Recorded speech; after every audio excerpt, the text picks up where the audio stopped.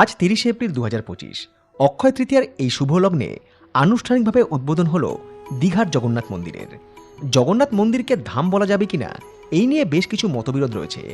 কারণ আদি শঙ্করাচার্যের মতে সনাতন ধর্মের ৪ ধাম ভারতবর্ষের ৪টে তীর্থভূমি, যার উত্তরে উত্তরাখণ্ডের বদ্রীনাথ, পূর্বে পুরীর জগন্নাথ, পশ্চিমে গুজরাটের দ্বারকানাথ এবং দক্ষিণে রামেশ্বরমের রামানাথকে বোঝায়। উত্তরাখণ্ডের বদ্রীনাথের মন্দির প্রতিষ্ঠিত হয়েছিল সত্যযুগে।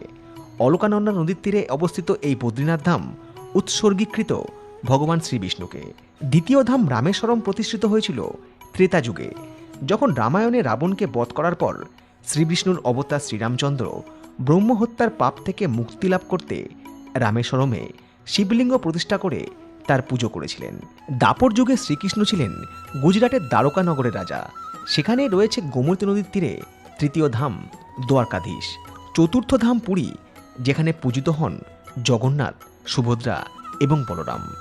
স্বয়ং বিষ্ণুই এখানে শ্রী জগন্নাথ দেবরূপে পূজিত হন এবং শাস্ত্রমতে হয়তো এই জগন্নাথ দেব বিষ্ণুর কলিযুগের অবতার। তাই শ্রীক্ষেত্র পুরী হিন্দু ধর্মে বিশেষ মান্যতা রাখে। ঈশ্বরের বাস সর্বত্র। আজ প্রশ্ন এটা হওয়া উচিত নয় যে দীঘার জগন্নাথ মন্দিরকে ধাম বলা যাবে কিনা, কারণ ভারতবর্ষের বহু জায়গাতেই জগন্নাথ মন্দির রয়েছে।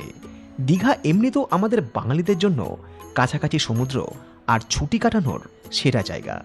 সেখানে জগন্নাথ মন্দিরের প্রতিষ্ঠা বাংলার পর্যটন ব্যবস্থায় অবশ্যই উন্নতির জোয়ার আনুক, এটাই আশা করি। আমি যখন দীঘাতে গিয়েছিলাম তখন এই মন্দির ছিল নির্মীয়মান। আবারও সময় সুযোগ পেলে অবশ্যই যাব দীঘার জগন্নাথ মন্দিরে, আর মন খুলে বলবো জয় জগন্নাথ।